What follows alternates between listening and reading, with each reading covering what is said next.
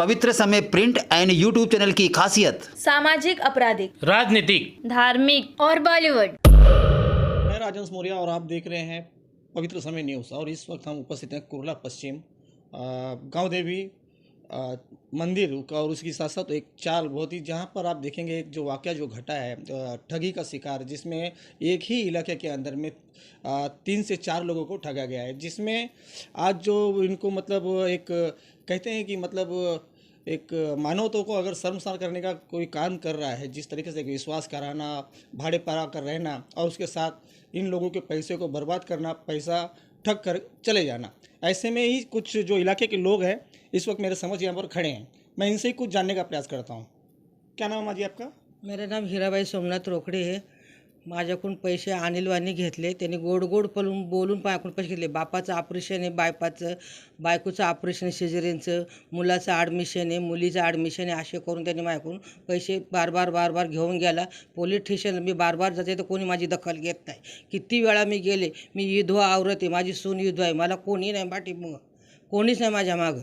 माझे 2 नातवंड लहान मुलाची मुलं, मी त्यांना कसं आम्ही घर काम करून त्यांचं शिक्षण करतो. मी थोडेफार जे पैसे जमा केले ते त्यांनी माझ्याकडून गोड बोलून ते पैसे घेऊन गेले. पुलिस के पास गई थी आप मदद के लिए? बऱ्याच वेळा गेले पण पोलीस कोणीच आमची मदत घेतच नाही. आम्ही किती वेळा गेले सांगले तर काहीच ऐकतच नाही. आम्हाला असे याच्यावर ढकलून लावतात. आज नाही उद्या नाही परवा असे करतात. बार गेले तरी काहीच आमची दखल घेत नाही. माझ्याकडे आता कुठलाही पर्याय नाही. आता आत्महत्या केल्याशिवाय माझ्या मागं कोणाचा सहारा नाही. एकटी भी आई मी, कोणाचा सहारा नहीं। मैं इस तरीके का एक वाक़या जो अगर जिसमें विधवा महिला और उसी के साथ साथ जो इनका पैसा ठग जाना, पूरे मेहनत के पैसे, पूरे फंड के पैसे को अगर कहीं अगर कोई गलत तरीके से इस्तेमाल कर लेता है तो वो महिला क्या करेगी। और कहीं ना कहीं पुलिस भी जो है इसमें इनका एफआईआर नहीं ले रही है, इनका मदद करने के लिए आगे नहीं आ रही। ऐसे में और भी जो लोग हैं जो मतलब आज एक ठगी के शिकार हैं, एक ही इलाके के 3 से 4 लोग। क्या नाम है आपका? जय उपाध्याय। जय जी, क्या हुआ है? सर ऐसा है, मेरा एक केमिस्ट है, अंकित मेडिकल कुर्ला में ही है, कार्तिका स्कूल के पास।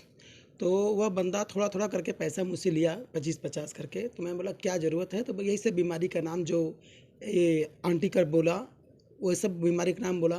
फिर बोला कि मैं कैसे देगा, तो बोला मेरा 1 गुंटा 2 गुंटा ज़मीन है रोड पे और कम से कम 50-60 लाख का है, 1 लाख फीट के हिसाब से मैं आपको दे दूँगा। मैं गया देखने के लिए गाँव, तो ज़मीन था, दिखाया उसने, लेकिन समय न रहने के कारण, मेरा मेडिकल है, मैं समय बिजी रहता हूँ, तो मैं अपने मिसेज को भेजा, जो हमारी ये मिसेज हैं उनको भेजा। मैं बोला जाके लिखा पढ़ी करवा के तुम चलिए। ये मैडम गई फ्लाइट से, उसको भी लेके गई लिखवाने के लिए। वहाँ पे गया तो देखा वहाँ का जो तहसील का नेकपाल है उसने बोला वह इनका ज़मीन नहीं है। तो वहाँ पे हम लोग फिर पकड़े उसको, बोले जब तुम्हारा ज़मीन है तो कैसे लिखा पढ़ी करा रहा है 50 लाख का। तो हम लोग ने एक बॉन्ड पेपर बना करके उससे लिखवाया कि मेरा लगभग सर 20 लाख के आसपास है। मैंने बोला कि आधा पैसा दे देता हूँ, आधा लिखा पढ़ी के बाद दूंगा, 30 लाख के आसपास। तो इस तरह से हम लोग को ठगा, मुझे ठगा। और भी एक व्यक्ति यहाँ पर है हमारे समझ। क्या नाम है आपका? मेरा नाम प्रदीप मिश्रा है। हाँ, क्या घटना हुआ आपके साथ, जिस तरीके से आपको ठगा गया है, जिसके विषय में इसमें देखिए क्या है कि मुझसे भी बड़े अलग अलग तरीक़ों से उसने पैसे मांगे। जैसे कि उसने बताया कि मेरी वाइफ प्रेग्नेंट है, उसको मतलब डिलीवरी में प्रॉब्लम होगा, सीजेरियन के लिए कुछ पैसे की मुझे ज़रूरत है। उसके अलावा उन्होंने 1-2 बार एक बार मुझसे पैसा इवन इसके लिए लिया कि मेरे पिताजी का बाईपास सर्जरी होने वाला है, उसके लिए कुछ कर दीजिए, कुछ वो मतलब ठीक रहेंगे तो कुछ हो जाएगा मेरा। उसके बाद उन्होंने तो मतलब गारंटी के रूप में मुझे अपना घर का पेपर भी इवन लाके जमा करके दे दिया है। वो अब पेपर अभी भी मेरे पास में पड़ा हुआ है।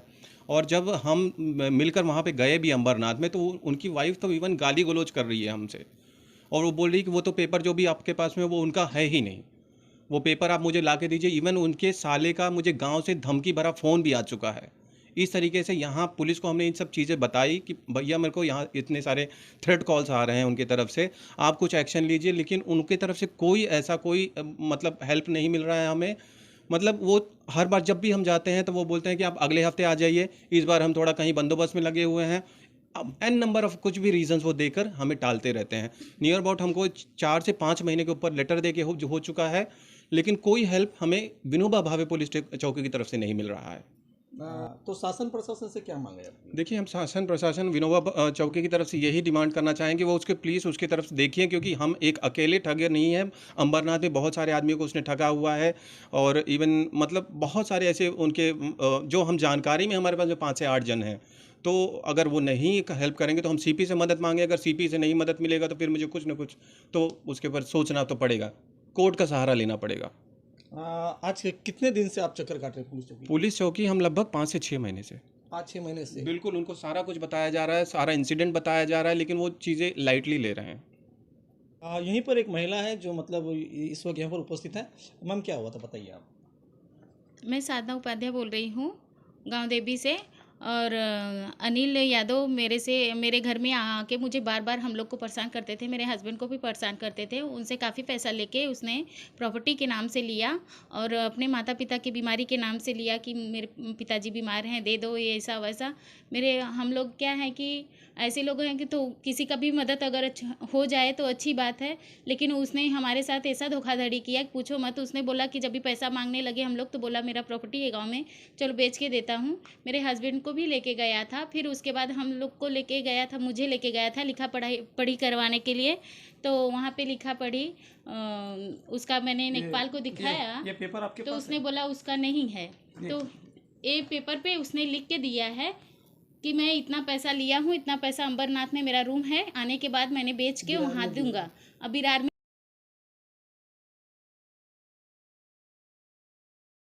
भी उसका रूम है, बोला कि विरार में है नहीं, अंबरनाथ का बेचूंगा तो विरार का बेचूंगा, लेकिन उसका कुछ फ़ायदा नहीं हुआ। यहाँ आने के बाद उसने काफ़ी लोग को किया था, बोला अभी यहीं पे आके हमारे रूम के इधर उधर घूमता है। पुलिस चौकी में गए थे मेरे हस्बैंड, लेकिन उसने पुलिस भी कुछ एक्शन नहीं ले रहे हैं। और मुझे बस यही रिक्वेस्ट है उनसे कि इस पर गौर करिए और इस पर एक्शन लीजिए, क्योंकि ऐसा बहुत जन को परेशान करके उसने पैसा लिया है और किसी को भी परेशान करेगा। काफ़ी लोग हैं ऐसे कि उससे पीड़ित हैं और बाद में भी उससे परेशानी हो सकता है। हम लोग तो परेशान ही हैं काफ़ी, अगर इस पे ध्यान नहीं दिए तो आगे चल के और लोग भी परेशान होंगे उससे।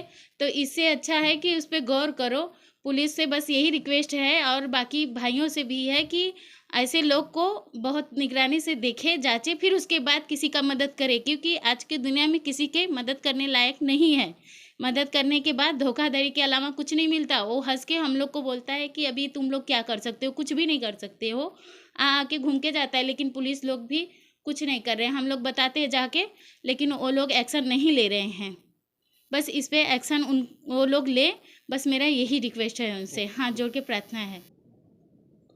तो जैसे कि आपने देखा कि मतलब आज जो है चारों के चारों जो ठगी के शिकार है, किसी न किसी तरीके से आज पुलिस स्टेशन के चक्कर भी काट रहे हैं और कहीं ना कहीं पुलिस से एक बहुत ही बड़ी उम्मीद के साथ हमारे चैनल के माध्यम से बात भी कर रहे हैं, जिसमें शासन प्रशासन से हमारी भी एक गुजारिश है कि जल्द से जल्द इन्हें न्याय दिया। कैमरामैन शिवशंकर पाल के साथ मैं राजेंद्र मौर्य, पवित्र समय न्यूज़, कुर्ला वेस्ट से।